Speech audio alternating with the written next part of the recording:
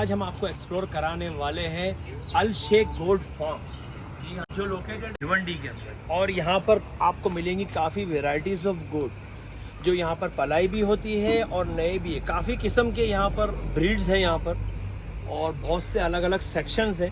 तो कितने यहाँ पर गोट्स ऑल टुगेदर है, कौन कौन सी ब्रीड है और उसकी क्या प्राइसिंग है, किस हिसाब से प्राइसिंग तय होती है, पर पीस है या वेट कॉन्सेप्ट है।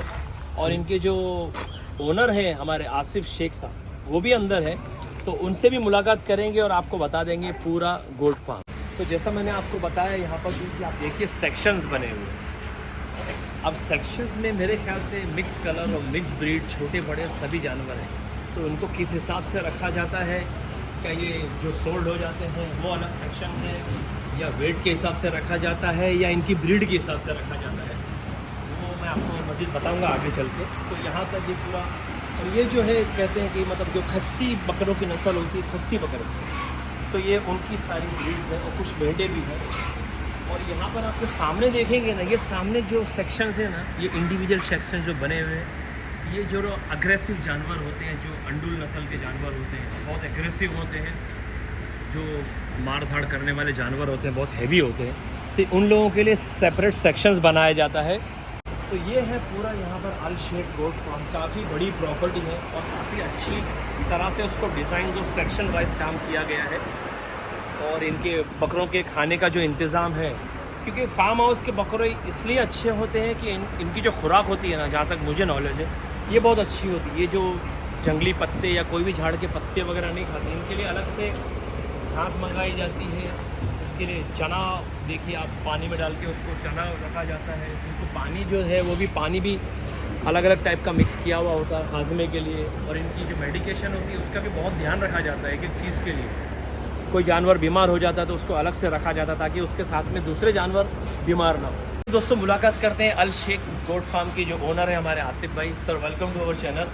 तो मैंने थोड़ा सा ब्रीफिंग दे दी हूँ हमारे व्यूवर्स को कि किस तरह से यहाँ का गोट का निज़ाम है, मगर बात मेरे एक समझ में नहीं आ रही है कि ये जो मिक्स ब्रीड एक साथ रखी हुई है, तो ये जो सेक्शंस बने हुए ये क्यों बने हुए और मिक्स क्यों करके रखा है? ये सेक्शन तारीख भाई इसलिए बने हुए ना, ये जब आते हैं ना तो सबकी साइज़ अलग अलग होती है। जैसे कोई बकरा 60 किलो का रहता है, कोई 80 किलो का रहता है, अच्छा। कोई 70 भी होता है। तो हम लोग है ना साइज़ वार है ना एक बड़ा सेट करते हैं, मतलब एक 40 से 50 किलो का बड़ा एक हो गया, फिर 60 से 80 का बड़ा एक हो गया, 80 से 100 का बड़ा एक हो गया।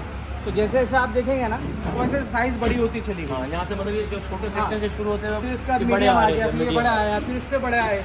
तो मतलब ये सिर्फ वेट कॉन्सेप्ट के हिसाब से सेक्शन रखा जाता है। ब्रीड आपस में कोई मसला नहीं होता है? नहीं, कुछ भी नहीं, ब्रीड का कोई नहीं, ब्रीड तो कोई भी मिक्स साथ में रह लेती है। साथ में रह लेती ये है कि अंडुल जो बकरे हैं वो अलग रखना पड़ता है, बाकी तो खस्सी बकरे कोई भी मिक्स ब्रीड साथ में रहेंगे। अच्छा। और ये जो मतलब कौन कौन सी नस्ल के स्पेशलाइज आप हैं यहाँ पर बकरे, वो जरा इसमें तो तारीख में जितने भी बकरे आप देखेंगे ना, सोजत है, गुजरी है, कोटा नस्ल है, हंसा है और दुम्बे है, सारी नस्लें जो है वो सब इसमें यहाँ पर अपने फार्म पे पलाई पे मौजूद है। और सेल के लिए भी, सेल के लिए तो बस सोजत का माल ज़्यादा है। अच्छा। थोड़ा बहुत जो माल है, बाकी पलाई का काम अपना ज़्यादा है। तो सोजत का माल ज़्यादा सेलिंग के लिए, क्योंकि वो वाइट होते हैं, खूबसूरत होते हैं, तो ज़्यादा पसंद किए जाते हैं। और बाकी के जो जानवर है मेरे ख्याल से आपके पास पलाई के ज़्यादातर अभी हम लोगों का एक्सपीरियंस पहले तारीख में कैसा था कि पहले पलाई और ट्रेडिंग दोनों कॉन्सेप्ट था, मगर अभी हमारा पलाई का कॉन्सेप्ट ज़्यादा है। पलाई का लोग अच्छा, मतलब जो लोग एक साल पहले खरीद के रख लेते हैं और आपके पास एक, तो पलाई का जो हिसाब किताब है वो क्या है, मतलब क्या प्राइसिंग है पलाई का? जो अगर खस्सी बकरा रखना चाहता है ना,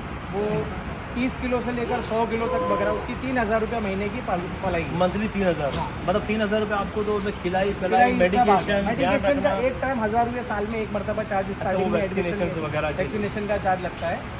3000 रुपये में खस्सी की पलाई है, 30 किलो से लेकर 100 किलो तक का बकरा 3000 रुपये पर मंथ है। मतलब यहाँ पर उसकी देखभाल, उसकी मेडिकेशन, उसका खिलाना पिलाना, हर चीज़ का मतलब आराम है। तो मतलब 100 रुपीज़ पर डे हो गया, 100 रुपये का एक दिन हो गया। आप नॉर्मली अपने घर या शॉप पे भी दुकान में बकरा रखते हो तो पत्ते वगैरह उसमें खिलाने में 150-200 रुपये तो ऐसे ही चला जाता है। फिर उसके लिए एक स्पेशल एक आदमी रखना पड़ता है जो उसको घुमावे फिरावे, साफ़ सफाई करे। तो ये दोस्तों बहुत अच्छी बात है कि आपकी जो पलाई है, अगर आप कोई स्पेसिफिक नस्ल का बकरा यहीं से या कहीं और से भी लेते हैं, बाहर के बकरे भी ला के रख सकते हैं। हाँ, बाहर के बकरे लोग ज़्यादातर ला के पलाई में रखते हैं। अपने पास में तो समझो कि कुर्बानी का माल है जो है, ज़्यादातर लोग अपने खुद से ही परचेसिंग करके ला के रखते हैं। और ये एक बहुत अच्छा मतलब सेक्शन है कि आपको मतलब ना आदमी रखना पड़े, ना गंदगी की आपको परेशानी है, ना वैक्सीनेशन का इशू है। अभी ये बाड़े में कुछ बकरे हैं तारिक भाई सेल के, हम लोग इंशाल्लाह आगे वीडियो में इसको बताएंगे। अच्छा, ये वाले सब सेल के ये हैं। सेल के इसमें जो तो इसमें कौन कौन सी नस्ल है सेल के? ज़्यादातर इसमें तारिक भाई सब सोजत की नस्ल। सोजत। सारे बकरे आपको दिखेंगे, वाइट बकरे दिखेंगे, सब सोजत है। ये बहुत अच्छा कॉन्सेप्ट है। आप अपनी पसंद का बकरा, अपने आपको जो नस्ल का पसंद है, जो वेट का, आप कहीं से भी खरीद के यहाँ पर अल शेख गोट फार्म में आसिफ भाई को हैंड ओवर कर सकते हैं at the monthly basis of 3000 rupees. उसमें सारा उसका खर्चा आ जाता है, उसका देखभाल, नहलाना, धुलाना, वैक्सीनेशन, खिलाना पिलाना, उनको टहलाना, और इतनी बड़ी जगह में। तो ये जो अंडुल बकरा है इनका भी सेम प्राइस है तारिक भाई इस अंडुल बकरों में ना 3500 है। अच्छा, इनका 500 रुपये इंक्रीज़ किया हुआ। उसकी वजह यह है कि अंडुल बकरों का मेंटेनेंस बहुत ज़्यादा है। इनके लिए पर्सनल देखो साफ सफाई है ना, जी अलग करनी पड़ती है, अलग अंदर जाके झाड़ू मारना पड़ता है। उसके बाद में बकरे देखो कितना डैमेज करते हैं, डैमेज भी करते हैं। इसका सही फिर बात। हम लोगों को वापस से ना महीने में 1-2 मरतबा रिपेयरिंग अच्छा, करना मतलब ये एग्रेशन भी रहता है इन लोगों में, वो हिसाब से। सेपरेट खाना इनका रहता है, सेपरेट इनके लिए पानी रहता है, सेपरेट साफ सफाई रहती है। तो मतलब इसमें मेंटेनेंस की, तो उसमें भी आपने थोड़ा सा इंक्रीज किया, हाँ। 500 रुपीज़। हालांकि हम लोगों ने तो ये सब तारीख में पढ़ाई का पैसा बढ़ा ही नहीं है। दूसरे लोग ने तो पढ़ाई का पैसा 2024 के लिए 25 के लिए बढ़ाया है, मगर हम लोग ने तो बढ़ाया भी नहीं पैसा। मगर ये भी मतलब ज़्यादा नहीं है, क्योंकि इतना इनको हैंडलिंग के लिए भी बहुत मसला हो जाता है। ज़्यादा संभालने के अंडुल लिए का बहुत- मेंटेन करना अंडुल को बहुत ज़्यादा मतलब 10 खस्सी के खस्सी मुकाबले। आप संभाल सकते हैं, मगर एक अंडुल नहीं संभाल सकते।